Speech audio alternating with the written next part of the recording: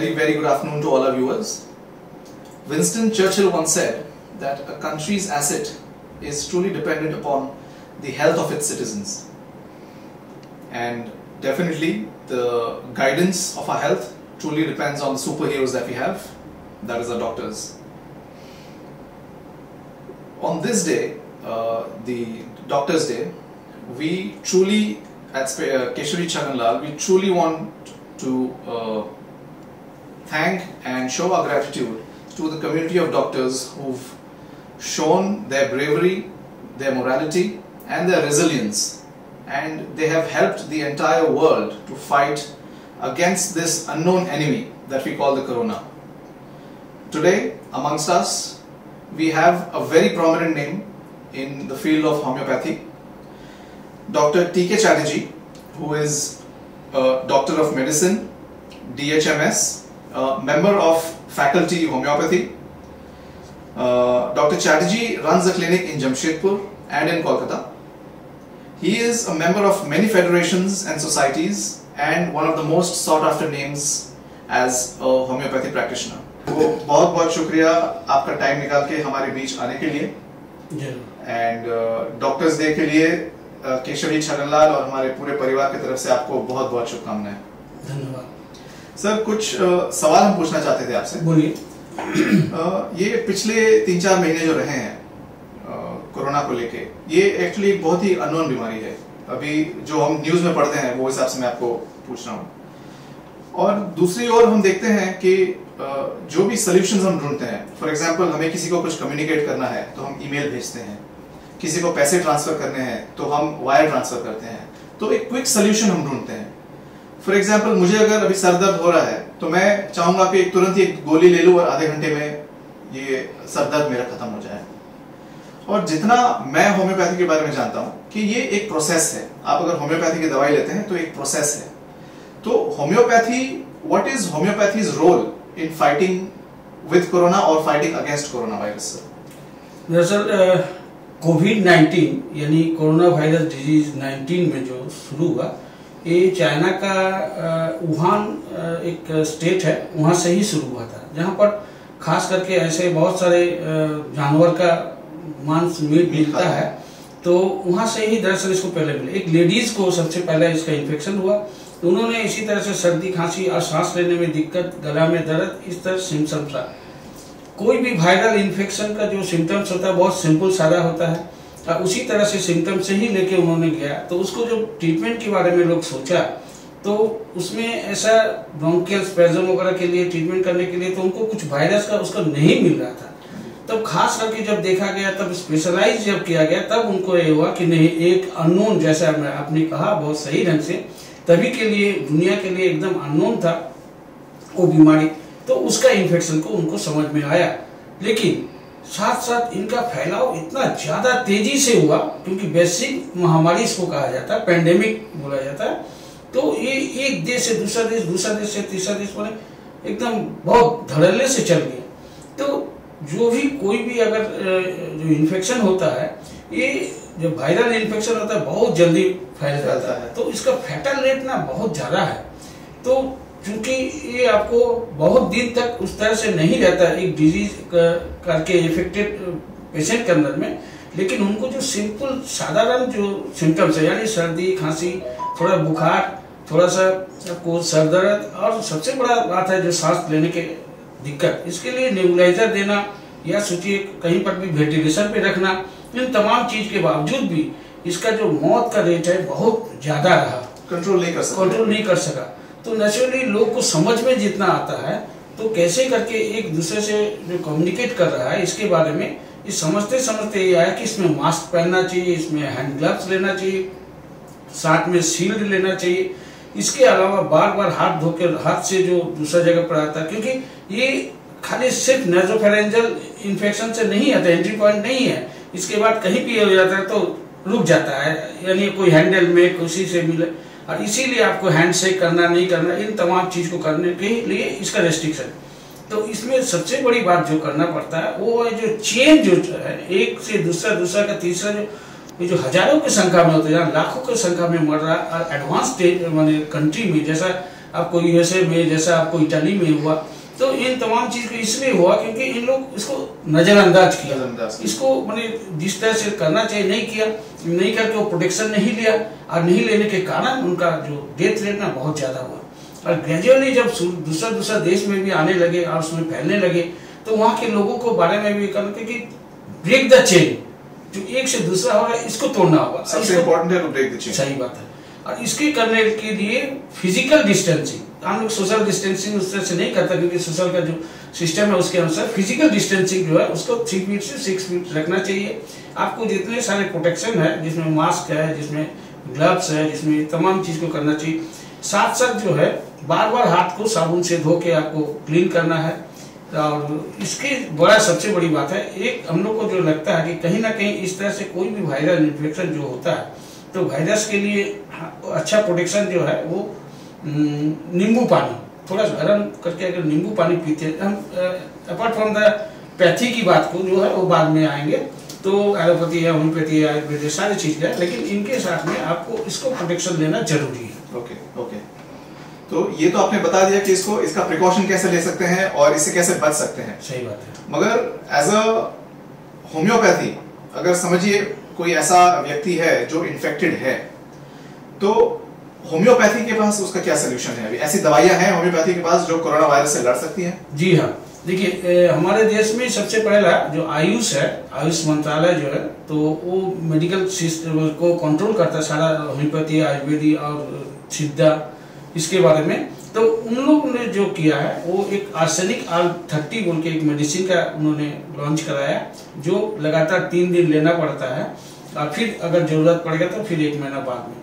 तो लगातार 3 दिन में, कल सुबह, परसों सुबह, नरसों सुबह, तो 5 बूंद करके बड़े लोग, बच्चे लोग के लिए 2-3 बूंद।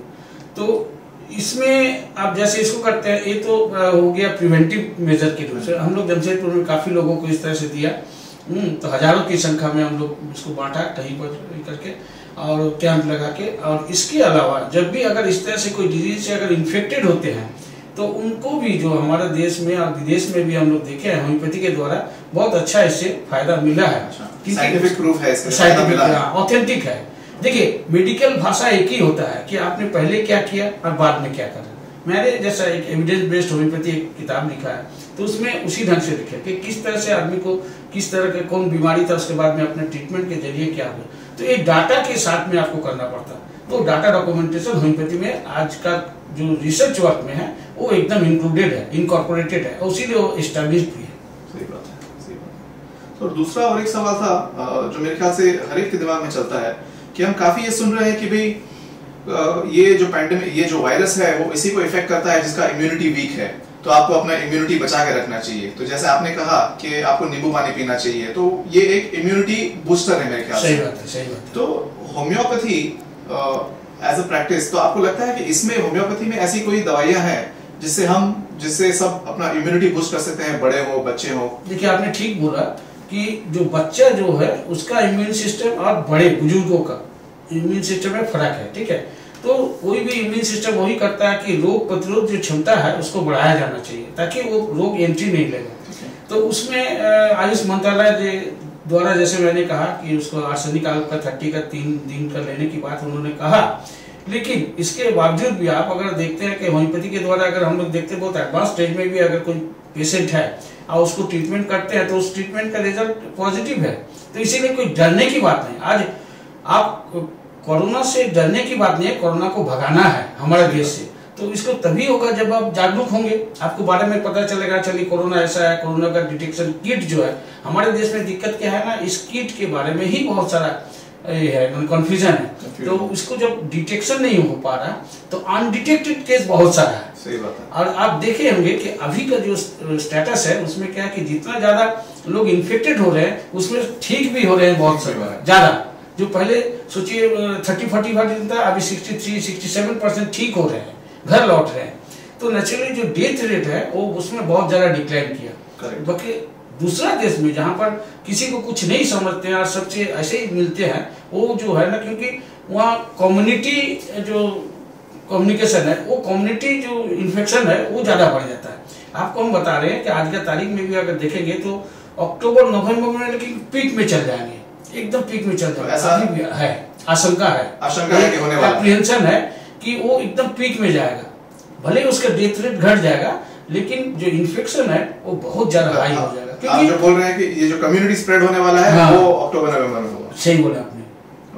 तो इसीलिए हम लोग को आज से ही उस तरह से ये करना चाहिए। देखिए, लॉकडाउन रहे और लॉकडाउन नहीं रहे वो बड़ी बात नहीं है। आपका रेड जोन है कि ऑरेंज जोन है कि ग्रीन जोन है, वो बड़ी बात नहीं है। बड़ी बात है कि आप अगर एज ए सिटीजन अगर आप अवेयर होते हैं रोग के बारे में, अगर जानकारी आपको रहता है तो आपको अपने बचाव। चाणक्य का एक बात है कि दुश्मन जहां अदृश्य है वहां अपने को छुपाना पड़ता है।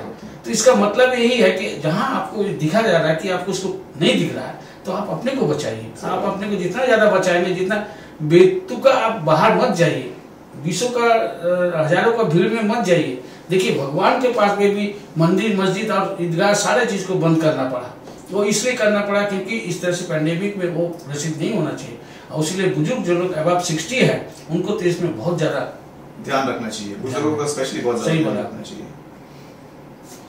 सर, आपने अपने क्लिनिक में आपने ऐसी क्या स्पेशल, आपके जो पेशेंट्स आते हैं तो आपने ऐसा ये पैंडेमिक के बाद जो निकला है उसके बाद क्या ऐसा स्पेशल आपने क्या किया है स्पेशल प्रिकॉशंस लेने के लिए आपके क्लिनिक में? हमने जो किया है कि अपने मास्क पहनते हैं ट्रीटमेंट में, मैंने ग्लव्स लगाते हैं, ठीक है, और सारे चीज को जो सैनिटाइजेशन के जहां तक सवाल है उसको हाथ धो के करना कर उसमें करते हैं। जैसे एक आपको बताया परसों दिन की बात है, वो आपको नीलडी एनक्लेव में पेशेंट को हम देखने के, ओल्ड एज का लेडी है, उनका 3 महीना पहले उनका हस्बैंड भी एक्सपायर कर गया था। उन्होंने खांसी था, क्रॉनिक खांसी, एलोपैथी का सारा उन्होंने दवा लिया, इंजेक्शन लिया, एंटीबायोटिक्स लिया, फिर भी कोई ठीक नहीं हुआ। तो उनको डर था कि हमको कहीं कोविड-19 तो नहीं है, हमको कोई कैंसर तो नहीं है। इसी तरह से मैंने उनको डिस्कस करके बताया कि क्यों नहीं है, ठीक है। इसके बाद तो उन्होंने बड़ी खुश हुआ कि ना आपने हमको क्लियर कट बता दिया कि कोविड-19 क्या है और कोविड-19 नहीं क्या है, ठीक है, और मेरा क्यों कैंसर नहीं है। तो हम एक तो जिंदगी के बारे में मेरा एक तो अच्छा कॉन्सेप्ट बचा, हमको लगा कि हम फ्री है। बहुत खुशी हुआ हमको, उनको करके 72 इयर्स का लेडी है। अच्छा, बहुत बढ़िया, बहुत अच्छा। तो मतलब आप क्लिनिक में भी देखते हैं और हाउस विजिट भी करते हैं पेशेंट्स को देखना? बहुत रेयर एक्सेप्शन है, माने जो नहीं आ पाते हैं उनके लिए तो उतना ऑप्शन करना ही पड़ता है, हॉस्पिटल को तब जाना पड़ता है उनका पास, यही बात है। तो आपको लगता है कि अभी जो मतलब हमारे भी स्टोर में हम देखते हैं कि वॉक-इन्स काफी कम हो गया है, तो होम्योपैथी में एज ए ई-कंसल्टेशन आप फ्यूचर देखते हैं? ई-कंसल्टेशन जैसे फोन में आप किसी को कंसल्ट करते हैं? करते हैं। आप देखिए, हम इंटरनेशनली मेरा ट्रीटमेंट चलता है, ठीक है। अच्छा। तो उसमें हमने वो करते ही हैं, तो उसमें उन्होंने सारे सिम्टम्स बताते हैं। कुछ अगर बात रहता है तो उसमें आपको व्हाट्सएप में वगैरह में रिपोर्ट वगैरह सब भेजते हैं, और मेरा जो बैंक अकाउंट है उसमें उन्होंने पैसा भेजते हैं। इस तरह से करते ही हैं, वो करना पड़ता है। ये फ्यूचर है मेडिकल का? हाँ, फ्यूचर ये प्रेजेंट है, अभी चल रहा है। हाँ, एकदम। हमने ऑलरेडी 42 कंट्रीज का सफर किया। अच्छा, ठीक है, जिसमें लेकिन मैंने थैलेसीमिया के ऊपर मेरा काम है, बच्चे लोग का जो बीमारी, मारक बीमारी है, तो उसमें मैंने काफी कंट्रीज का सफर किया। होम्योपैथी के लिए 3-4-5 कंट्री का किया, लेकिन मैक्सिमम जो है वो थैलेसीमिया के ऊपर। तो नेचुरली हमको इंटरनेशनल कनेक्शन भी है और उस तरह से हम करते भी हैं। चलिए, सर काफी इंफॉर्मेटिव रहा ये। अभी एक्चुअली ऐसा हो गया सर, पिछले 4-5 महीना से ये वातावरण काफी सीरियस हो गया है, और हम जब डॉक्टर्स की भी बात करते हैं कि डॉक्टर्स के चेंबर में हम लोग जब जाते हैं तो देखते हैं कि डॉक्टर्स थोड़े सीरियस रहते हैं। तो उस थोड़ा चेंज करके हम एक रैपिड फायर राउंड करना चाहते हैं, जहां मैं आपको कुछ क्विक सवाल पूछूंगा और आपका क्विक मुझे जवाब चाहिए। पिक्चर देखते हैं ना आप सर? चलिए, ठीक है, तो रैपिड फायर राउंड एक बार चालू करते हैं। ऐसी कोई मूवी बताइए जिसने आपको बहुत ज्यादा इंस्पायर किया हो? सिनेमा में? सिनेमा में कोई भी सिनेमा जिसने आपको इंस्पायर किया हो?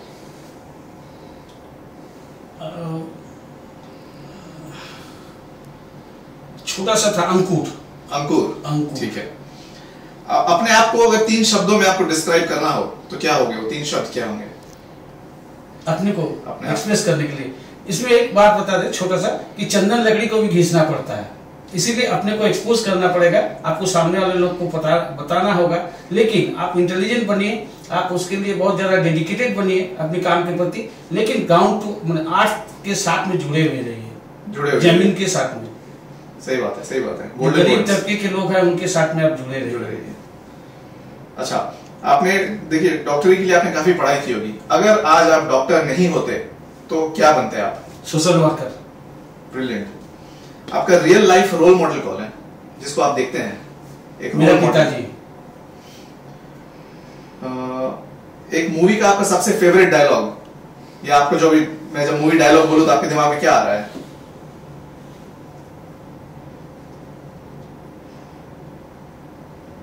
कोई भी फेवरेट डायलॉग आपका?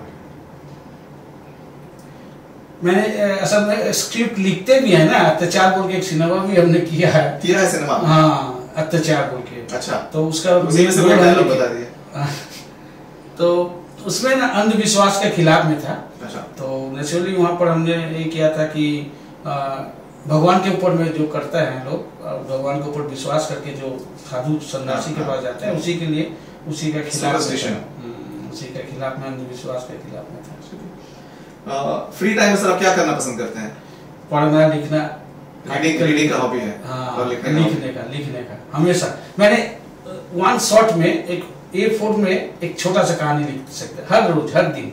रोज लिखते हैं कहानी? हर रोज एक कहानी, हर रोज लिखते हैं, और वन शॉट। Great talent.